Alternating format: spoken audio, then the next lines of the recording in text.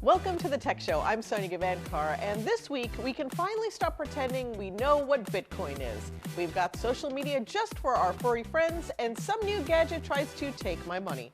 All that and more coming up on the Tech Show.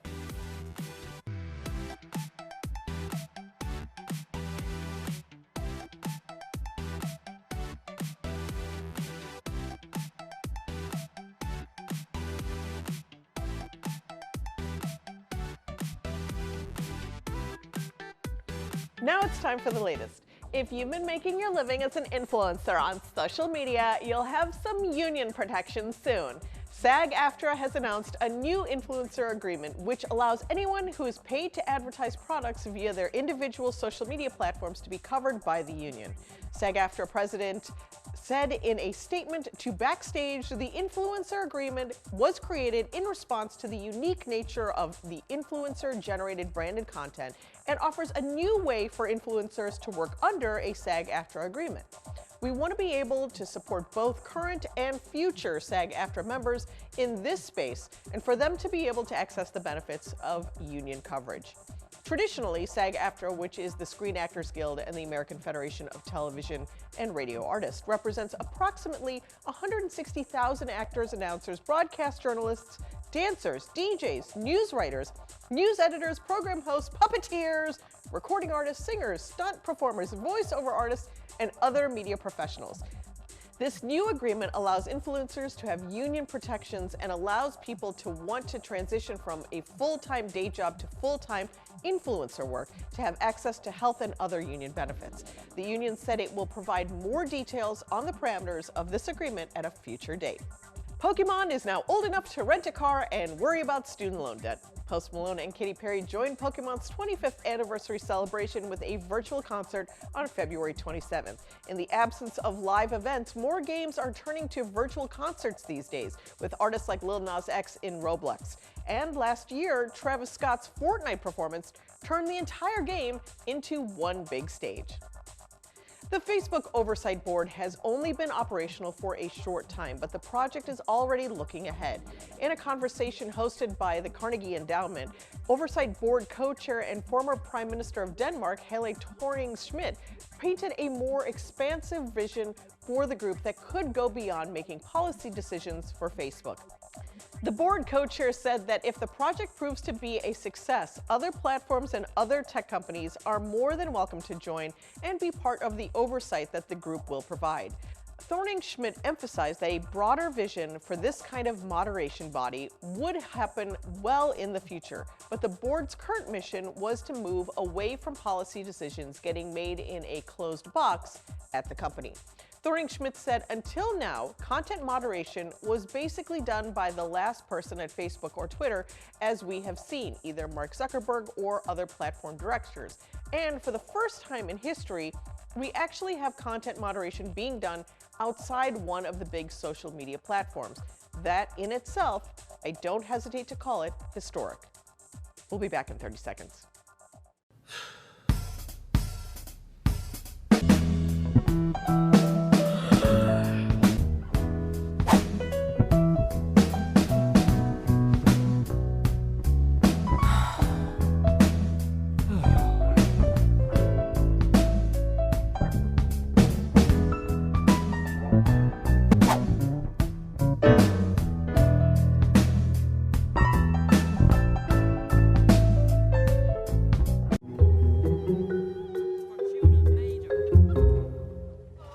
Fortuna Major. No, wait.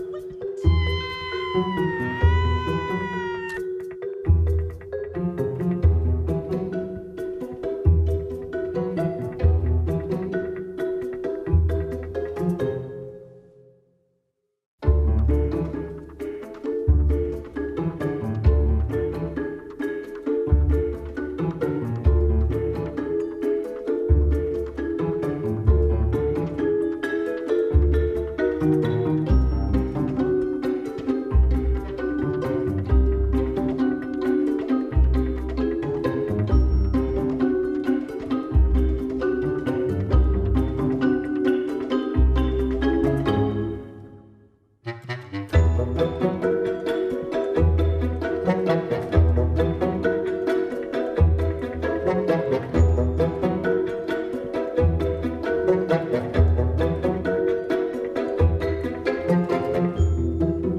may have taken another step on the bridge between normal and whatever this is on this week's Health Tech. Experts have been looking forward to seeing results from the Johnson & Johnson COVID-19 vaccine trials for months. The vaccine is a logistical dream compared to the other two authorized in the United States. It's much easier to store and it requires only one shot instead of the two required by its competitors. The only outstanding question was how well it actually worked. And finally, we've got some answers. It works pretty well. In a 43,783 person trial that spanned the globe, the vaccine was 66% effective at preventing moderate to severe COVID-19. Now, 66% might seem like a letdown compared to the 90+% efficacy from Pfizer, BioNTech, and Moderna, but that's a matter of perspective. Before results of this vaccine trial came out, researchers were hoping for efficacies between 60 and 70%. By comparison, seasonal flu vaccines are given the thumbs up when they're 40 to 60% effective. That's all to say the new vaccine candidate is still very good at what it does. As many people have pointed out, that's because 66% effectiveness is better than zero, which is where a lot of us are operating right now. Not only that, but the vaccine was 85% effective at preventing the most severe forms of the disease. That's pretty fantastic. Here's the not so fantastic thing. The reason that the vaccine was only 66% effective in the trial is that it didn't do as well in South Africa, where a worrying new variant is circulating widely.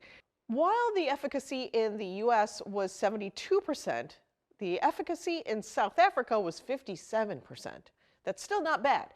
But it does mean that there's a clock ticking in the background as the company moves to get the vaccine candidate authorized. The variants are spreading quickly. One was first detected in the US this week. The sooner the world can be vaccinated, the better chances all these vaccines will be at stopping the spread of the virus. We'll be back with more Tech Show in just a minute. Stay tuned.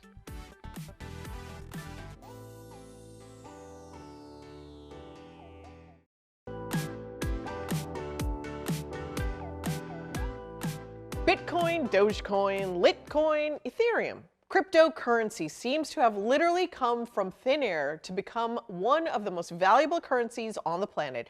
And we hear those stories of people becoming multi-millionaires off their crypto investments. But what and why is crypto, and how can we sound smart about it?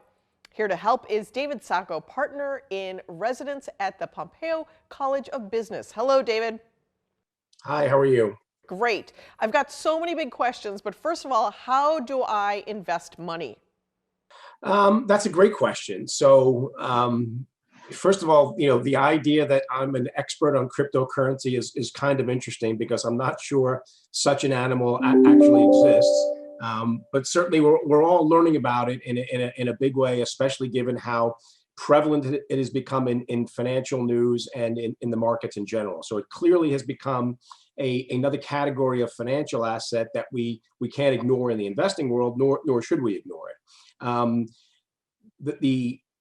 Crypto at its core is sort of a digital vault, right? Where there is this cryptocurrency that exists in a place where you as the owner have a key to access that digital vault. Obviously, the key is unique.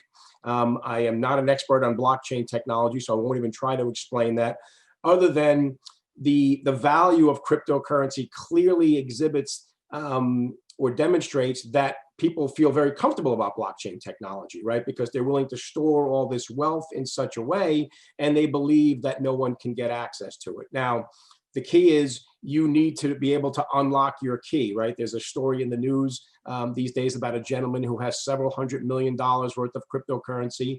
He has used 8 attempts to unlock his key, and he has 2 attempts left. And the problem is, once he goes through those 10 attempts, the crypto key goes away and he loses that cryptocurrency, right? Which I think is one of the things that helps crypto manifest its value. The fact that it is that secure, the fact that it's not sitting in a bank account that someone else can access or hack, right? The fact that the blockchain technology exists. Now, You can own your own crypto via your own crypto vault. Or you can also invest in crypto funds. In fact, I was just talking to my financial advisor because I currently don't own any crypto, but I plan to soon, just because I think it's important to experiment with these things in order to learn about them in the processes. Well, speaking of expanding, what if I wanted to have Sonia coin? What would be my first step? Well, same. So again, and I'm far from a technical expert, but from what I understand, the beauty of Bitcoin and what helped facilitate its invention and also its proliferation amongst a certain type of person who was looking to transact on the internet was literally when you, and this is regarding you as an owner of a Bitcoin vault, right? So you can go in and put in instructions to transfer that Bitcoin to someone else who has their own Bitcoin vault, right? And then that transaction happens instantaneously, right?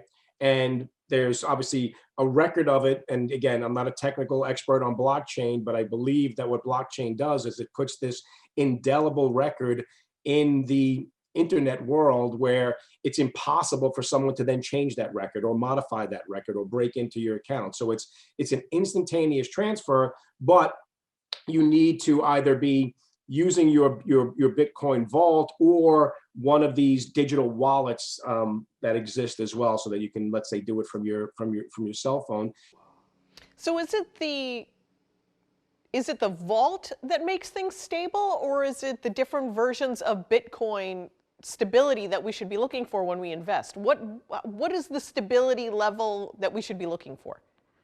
So that's a great question, right? And again, this is one of those things where I think we're all going to learn a lot more about what blockchain is and what it means, right? It's a word that we hear all the time. You know, we hear about how it's going to transform our lives in so many ways, not just with respect to cryptocurrencies, but with encryption in general on the internet, the way information is stored and transferred.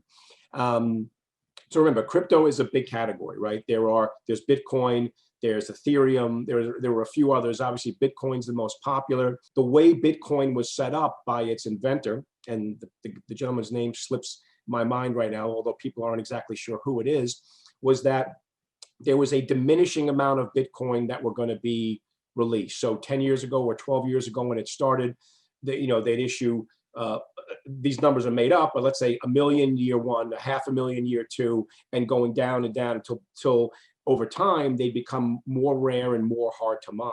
So when we talk about Bitcoin as being a currency, you could in some way think about it in a currency the way we think about gold throughout history as a store of wealth, right? Gold was a store of wealth because there was a very limited supply of it, and because people were willing to accept it in a form of exchange, which those are both very different than what you and I typically think of as currencies, which is paper money, although more and more now, it's just, balances that are transferred between accounts. What makes Bitcoin and other cryptos different is that the security, the control, the ability for people to hack in and manipulate accounts, and as important, the government control of that system is Bitcoin and cryptocurrencies are outside the purview of that, right? They exist sort of in the internet on millions of computers around the world as this blockchain. Yeah, that's overwhelming, to say the least. Completely. And I'd be lying to you if I said that I truly understood it, okay, in terms of how it actually works, what the technology is. I had a first row seat of the meltdown in 2008 with mortgage market. I've gone through currency crisis. I've gone through stock market meltdowns. And there's familiar whiffs of all of that in Bitcoin. And the flip side is there also is this sort of democratization of financial markets that's happened over the last, I'd say, 10 years. That's excellent advice. Thanks so much for your time, David. Appreciate it. I think I'm going to spend my money on Starbucks today. More of the Tech Show coming up after this.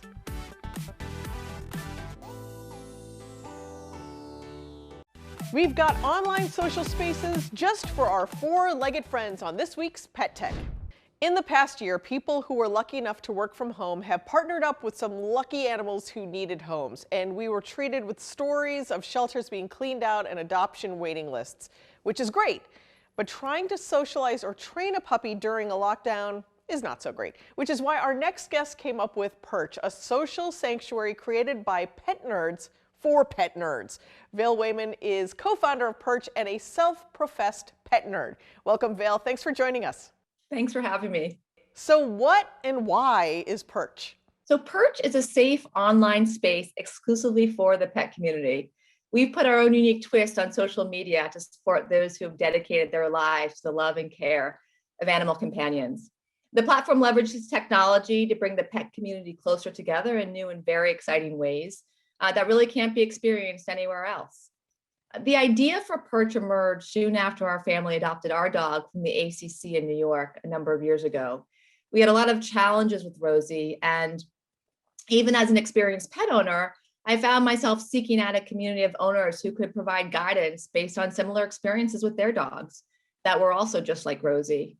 When I couldn't find a community that felt right for me and my particular experience, the wheels started turning and eventually Perch was born. And they're beyond adorable animal photos, which would kind of be enough. But you've been working with shelters as well, and they're posting, I'm guessing, not so much for that connection, but to make the connection of a future home. Absolutely. We do have some incredible partners with us right now. And really the background to this is that my co-founder and I are self-proclaimed pet nerds, as we all know. And our love for animals goes well beyond the ones in our care. So for this reason, we knew that Perch needed to have a higher purpose. When we describe Perch as mission-driven, this means we spent as much time thinking about how this platform can benefit rescue and shelter partners as much as we spent time creating an experience that's valuable and unique for the pet community at large. Our rescue and shelter partners have really been drawn to Perch for 4 reasons, which makes the experience on our platform very different than their experiences on other platforms. The first is our powerful connection system, which automatically delivers community to our partners. And when we say community, we mean alumni, their donors, their supporters.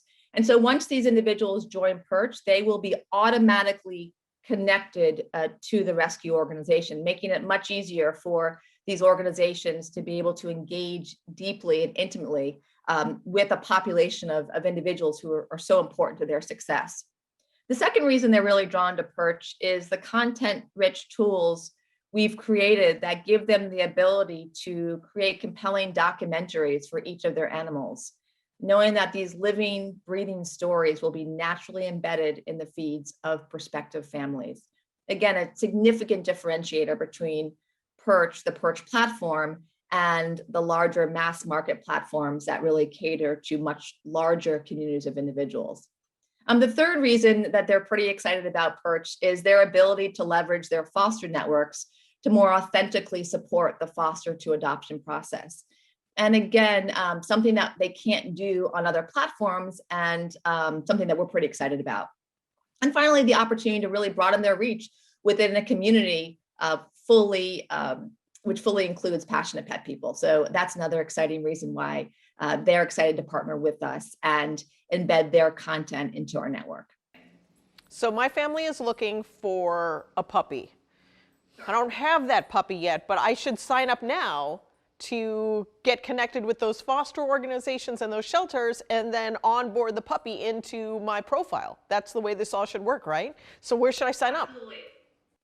Absolutely, it's pretty exciting. So there's a couple different ways that this works. One is if you are fostering a companion animal. In the past, there's been no way to make the connection between your natural inkling to post and share about your life with that animal companion and link that back to the rescue who is also trying to find a permanent home for that pet. And so on Perch, what's exciting is that you can go on to Perch, you can create a profile for that foster pet. You basically indicate as part of the onboarding process, the shelter or rescue responsible for or attached or affiliated with that foster pet. And then you just go about your natural posting process, sharing your life, sharing the story of this amazing foster pet. And that will signal to everybody on Perch that this pet is up for adoption and they will be able to really experience what this pet is like in real life through the stories that you're sharing with our community. The second way is you just join and you can link up with our rescue organizations. And of course, they're constantly posting and documenting the stories of their of their shelter pets as well. And so again, it's just a really exciting way to get a much deeper look into these potential companion animals that you may want to adopt or foster.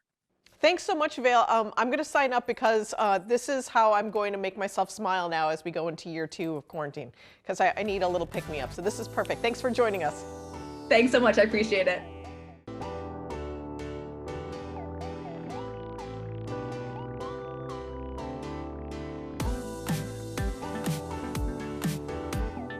Now it's time for Take My Money, where this week we have reached breastfeeding equality, I think.